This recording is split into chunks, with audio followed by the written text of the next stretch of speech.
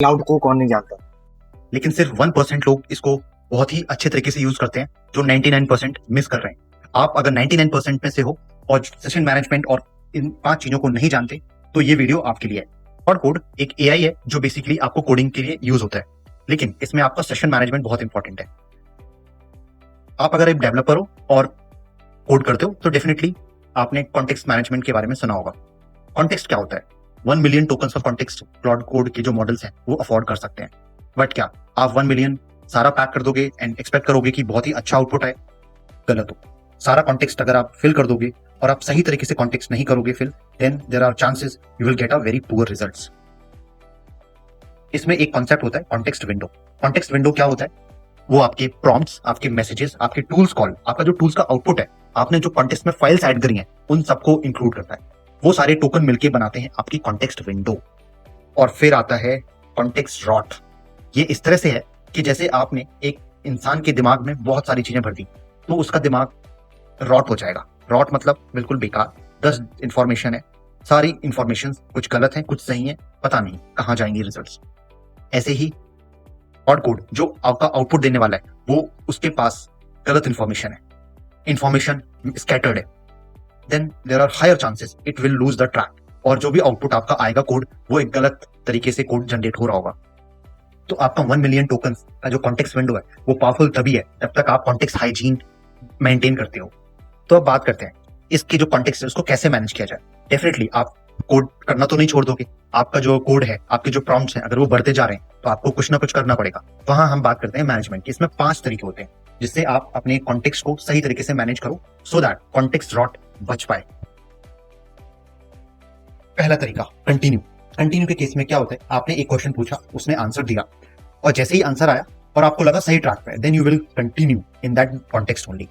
अब हो सकता है आपका 1 मिलियन कॉन्टेक्स्ट फिल हो जाए तो जो पुरानी इंफॉर्मेशन है वो लूज हो जाएगी, बट बिकॉज आपका जो कॉन्टेक्स्ट है बिल्कुल उसमें कुछ भी इंफॉर्मेशन गलत नहीं है, then it make sense to continue.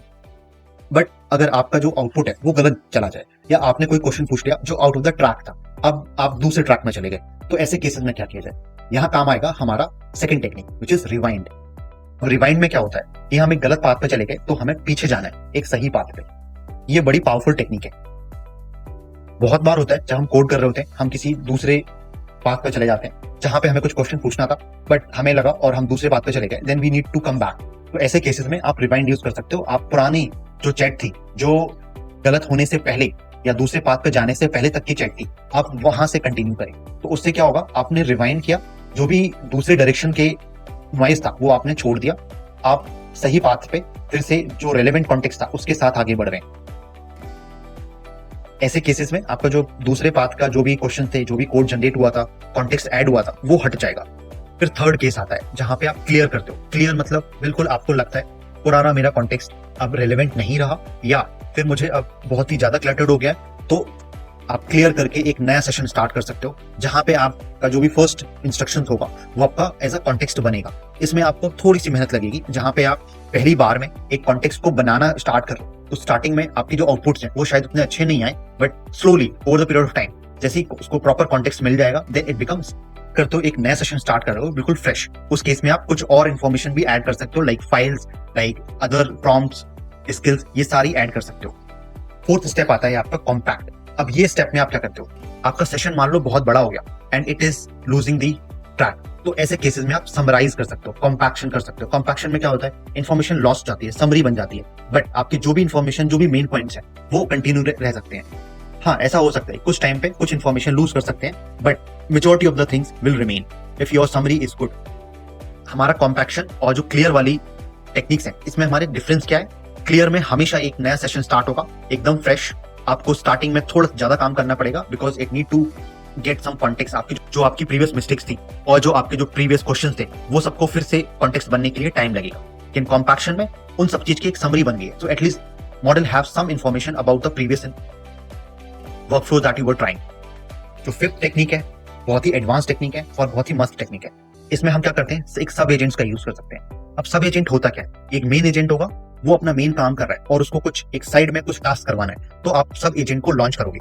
अब सब एजेंट को लॉन्च करने का मतलब हुआ एक आपने वर्कर लिया और उसको एक टास्क दे दिया। अब वो वर्कर एक अपने आप में एक एजेंट है अपना खुद का कॉन्टेक्स्ट है और वो मैनेज कर रहा है अपने कॉन्टेक्स्ट के साथ, प्लस जो उसको पेरेंट वर्कर ने दिया था कॉन्टेक्स्ट। अब ऐसे केसेस में होगा क्या, आपका अब एजेंट मल्टीपल स्टेप्स रन करेगा, उस केस में जो भी कॉन्टेक्स्ट है वो उसके पास ही है, और एक बार आउटपुट रिटर्न कर दिया तो जो उसका जो सारा कॉन्टेक्स्ट था पुराना वो लूज हो जाएगा, सिर्फ आउटपुट अपने जो पेरेंट कॉलर है उसके पास जाएगा। तो ऐसे केसेस में होगा क्या, आपका जो मेन एजेंट है उसका कॉन्टेक्स्ट ब्लोट नहीं हुआ, सब एजेंट अपने कॉन्टेक्स्ट पे काम किया और जो आंसर था वही सिर्फ आया, और उसकी जो इंटरमीडिएट रफ वर्क था वो वहीं लूज हो गया जैसे ही वो सब एजेंट क्लोज हुआ। ये बड़ी पावरफुल टेक्निक्स है as a programmer, I think you should use it, that will make you different from most of the 99% of the people who are using Claude code right now.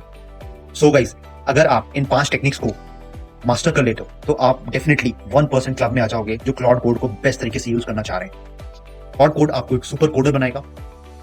आज के time पे AI तो सब use कर रहा है, but AI को सही तरीके से और बेस्ट तरीके से यूज करने ये आपको सही रिजल्ट्स मिलेंगे, आपकी प्रोडक्टिविटी 10x होगी। 10x फ्रेशर्स में यही, let me know in the comment section आप कहां फंस रहे हो, आपको कैसे यूज कर रहे हो, और आपकी जो सक्सेस स्टोरी है वो जरूर शेयर करो, because that will make you happier and more productive and enthusiastic for using Claude Code in a best way.